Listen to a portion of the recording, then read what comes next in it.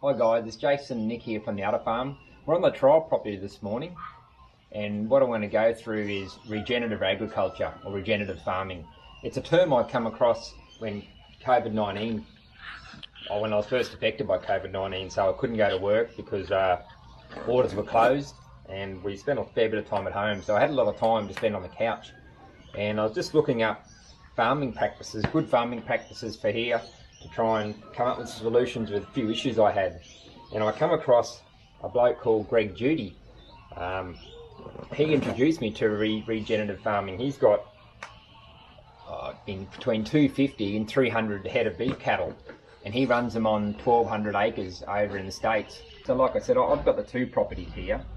It's the trial property here, which is on 3 acres. The house takes up 1 acre of that 3, so there's 2 acres, 2 usable acres. And the neighbours kindly lend me 2 acres of their property, so as an overflow paddock. And the Otter Farm, which is about 10k up the road, it's on 74 acres. So that's when I talk about the Otter Farm, we're there. When I talk about the trial property, we're here. So I've been doing this regenerative farming principles now for 9 months.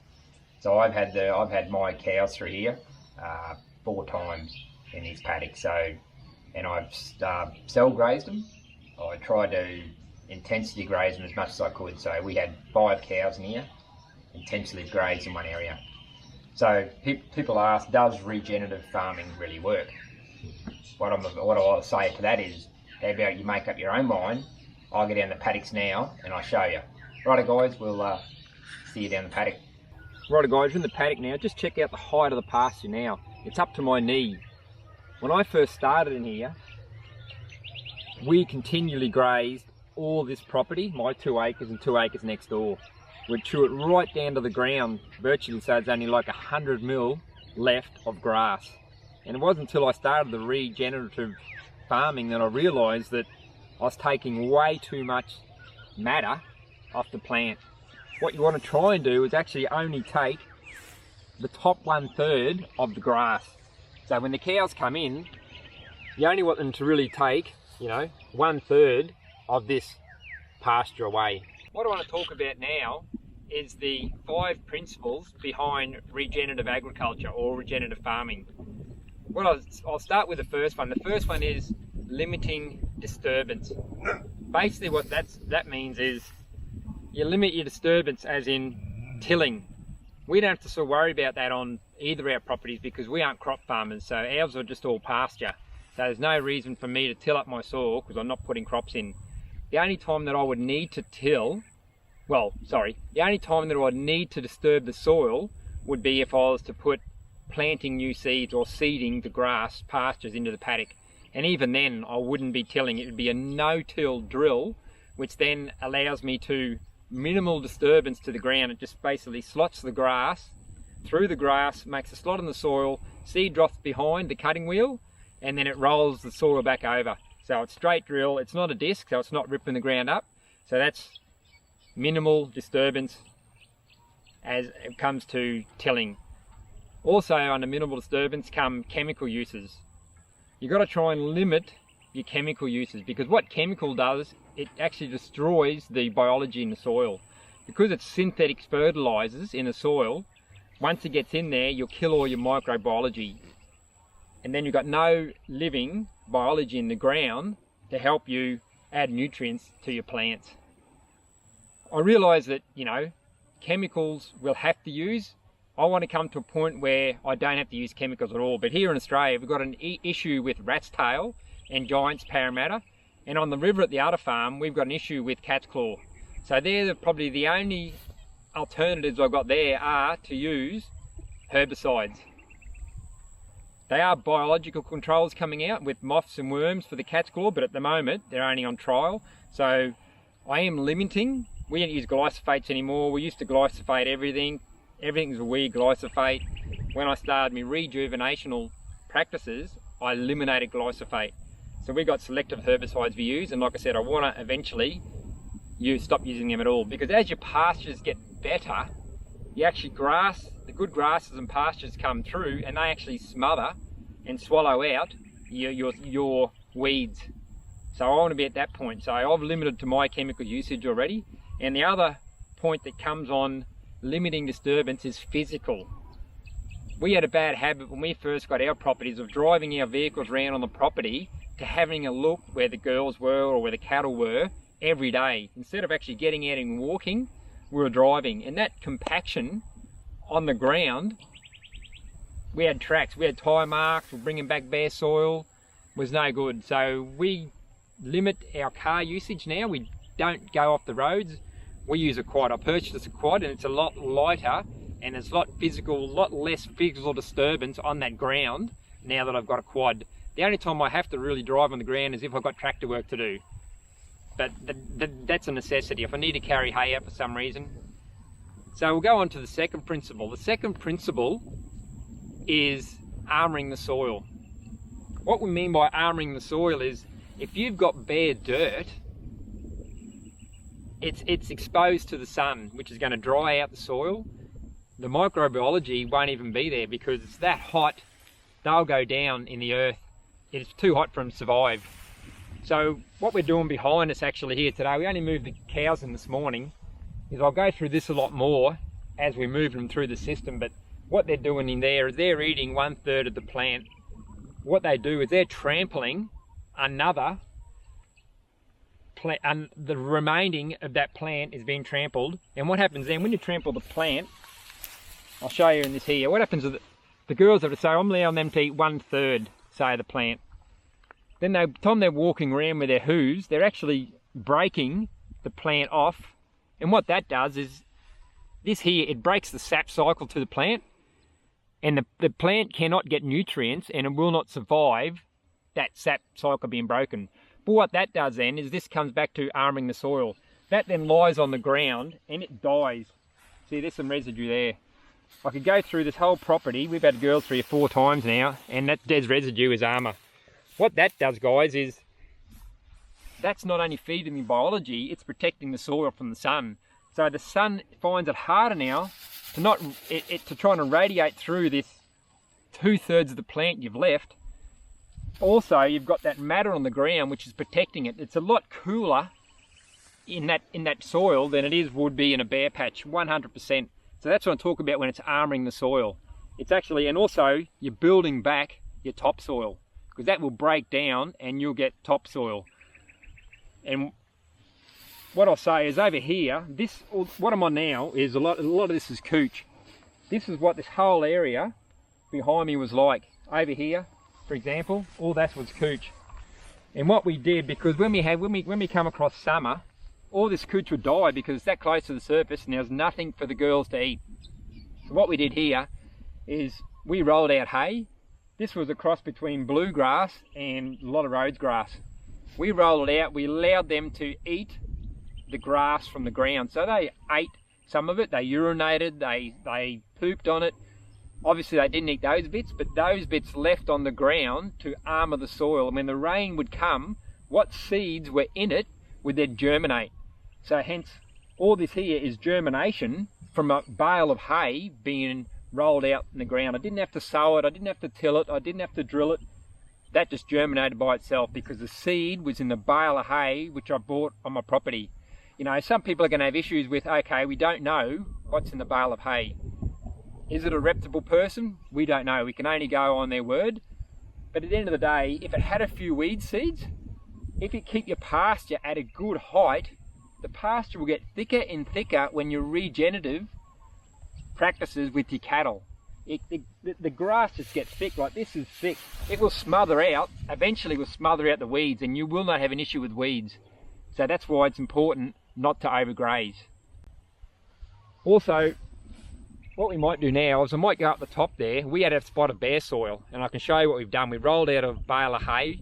We used to actually drive across the top of the property when we first had it, and there was tracks. So we'll go up there now, and I'll show you what we did up there, and then we'll go on to the third principle. Right guys, this is the area I was talking about on top of the hill we used to drive the car. As you can see, we rolled probably 1.5 4-foot by 5-foot bales out here. If you look down there, there's trying tracks. What we've done is here, I'll show you what we've got here. We've got, what we had here is where we used to drive the car. A lot of it's clay, so I'll just peel back the hay. See, it's really rocky clay compacted soil. So what we've done here is we've actually just layered the hay over. It's only a thin layer. At the time it would have been 100 mil, but obviously that's now compacted down that hay. So we'll probably have to roll out another couple more bales here to get any decent topsoil. But as you can see, we've had a few showers since we've done this. The grass is starting to run, it's starting to come across. So it has got protection, so any rain we have had has gone into the plant and hasn't just totally been absorbed by the sun. So it is working, but we do need to put more down. But another reason why you need to cover your dirt at all times is you think about the velocity.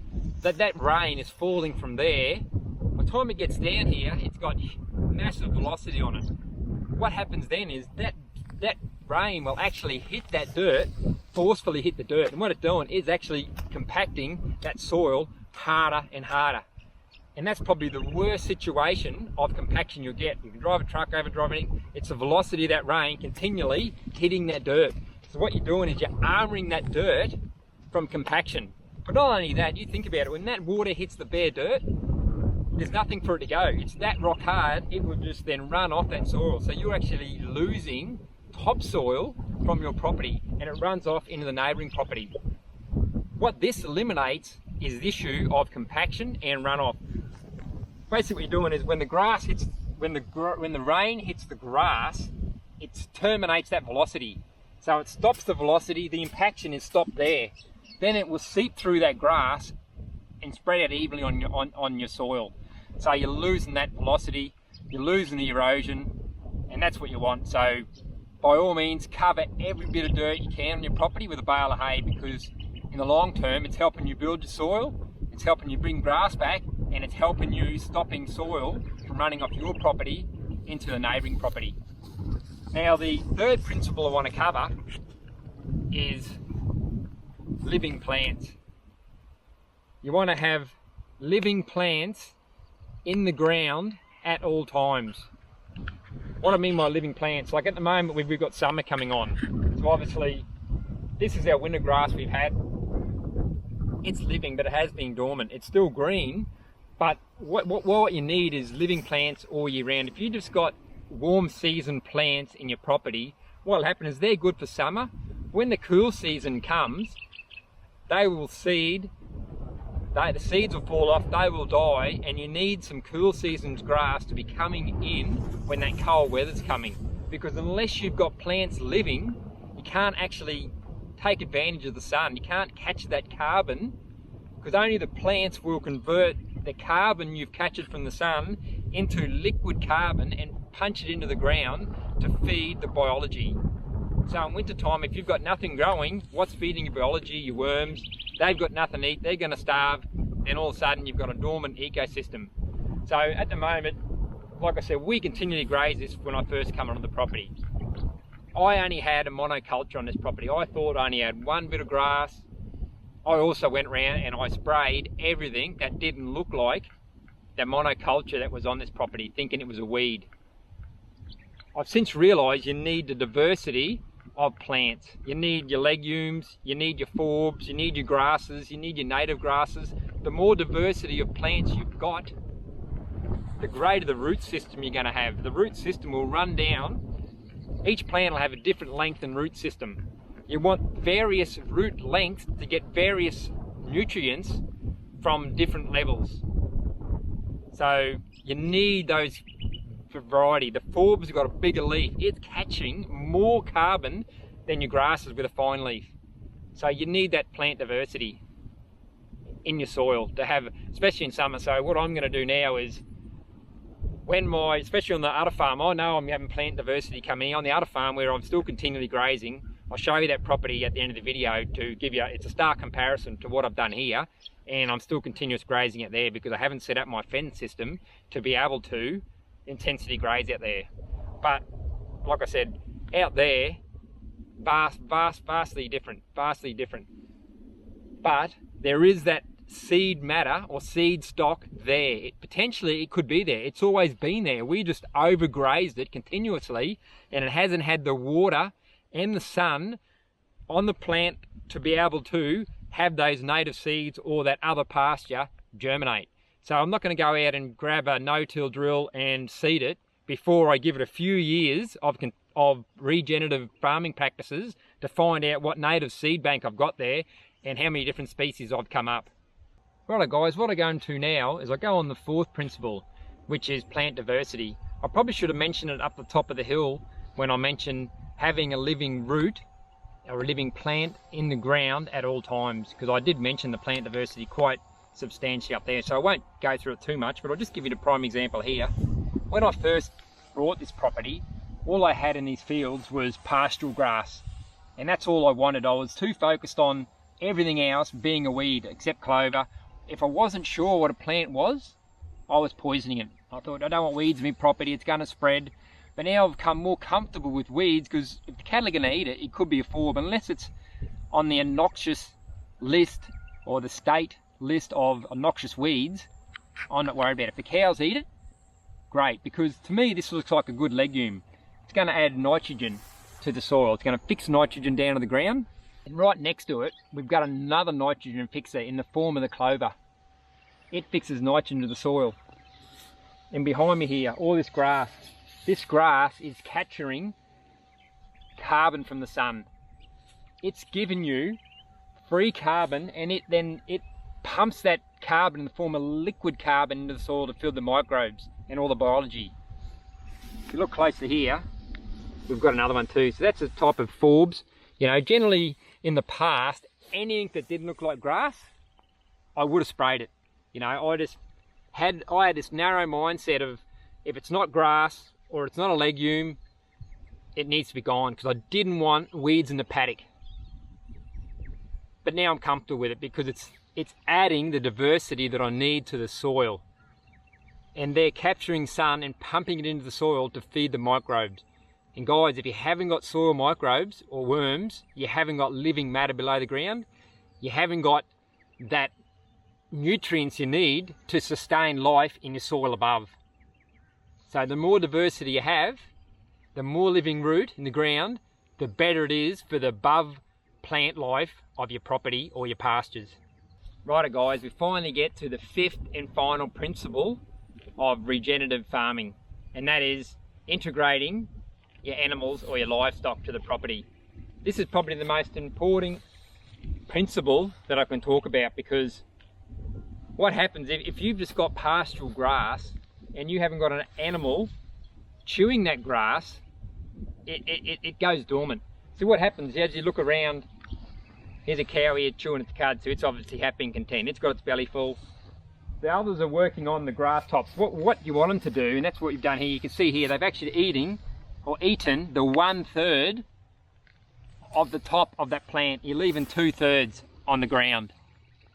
So what that does is, once the cows bite that soil, or sorry, bite that grass, that plant sends out liquid carbon, pumps it into the ground, because it knows it needs to regenerate itself. It needs to regrow. Why it pumps out the liquid carbon is, it's after the microbiology in the soil. It pumps the liquid carbon out to feed the biology, while biology then rush up to those roots and bring the nutrients required for that grass to recover.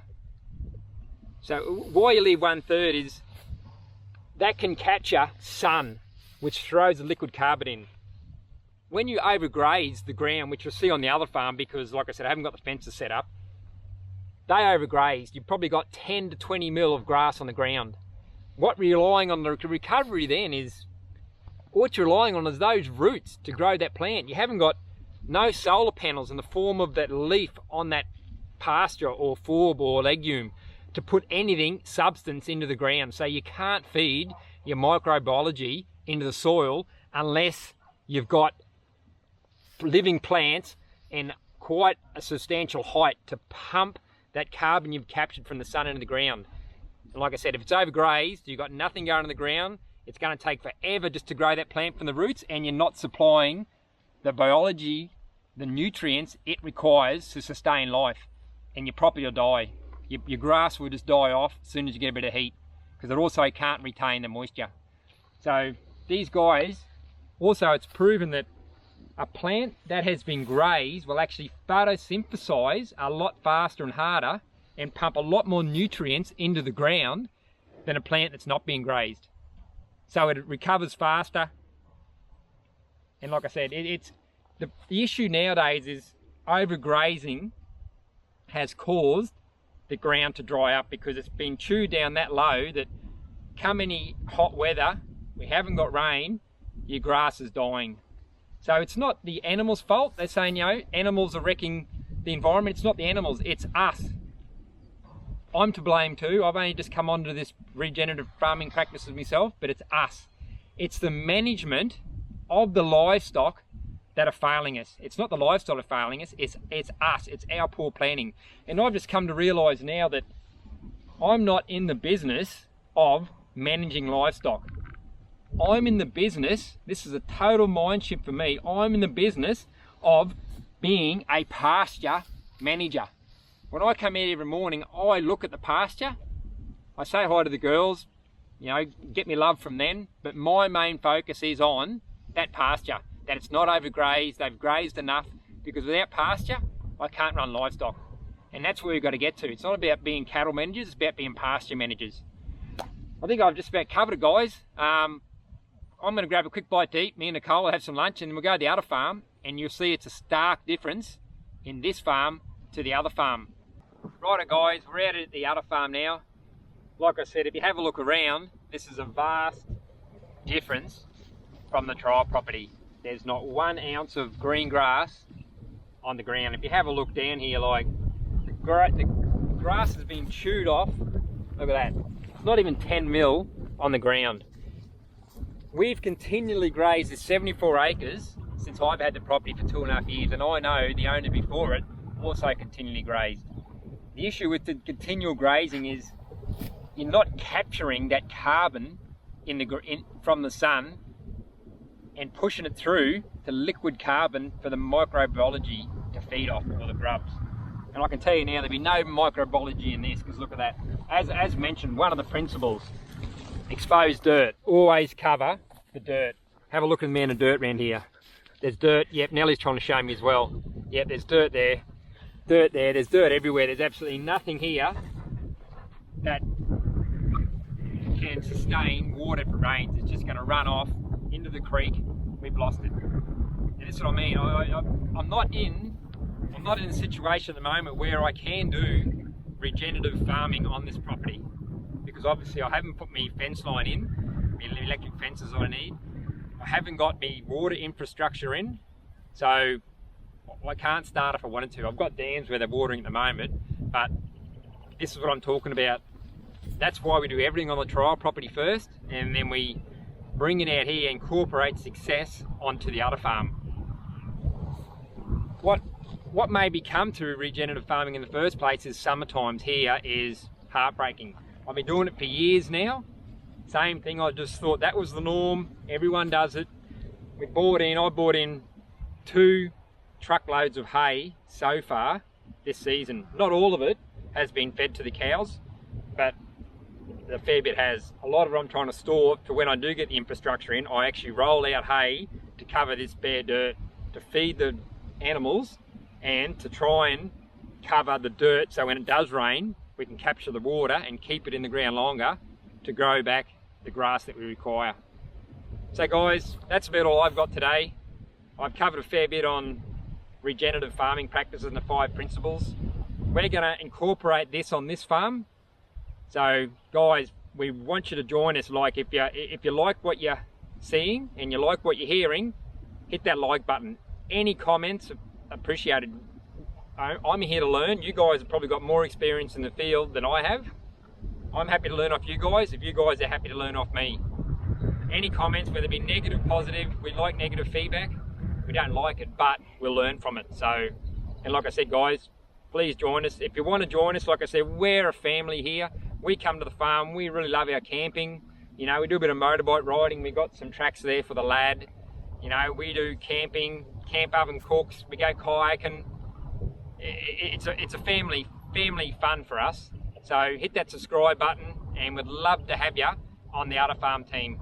Before I go though, I'd like to mention a lot of the principles I've taught today or spoke about today. I didn't teach you. What I spoke about today was in a book by Gabe Brown. I would highly recommend this book to anyone who's going down the regenerative farming route. It's amazing. It basic terminology, Gabe explains it really well. So I've read it a few months ago. Gabe touches on why we're leaving a third of the plant, how the carbon affects the biology below the ground, and how that biology then helps and affects the plant life above the ground. It really goes into detail in layman's terms. Anyone can understand it. And also Ray Archuleta, he's another guy that I follow in the States. Him and Gabe are good mates. He does some amazing experiments when it comes to soil and water. So I want to replicate a few of those on my property for some YouTube channel, because they are amazing. What he does, experiments, really shows the fundamentals of the principles and why they work in a practical experiment. So righto guys, hit that subscribe button. We'd love to have you on board, and we'll close off. Righto guys, have a good morning, have a good afternoon, or have a good evening, wherever you're watching this from, and we'll catch you later.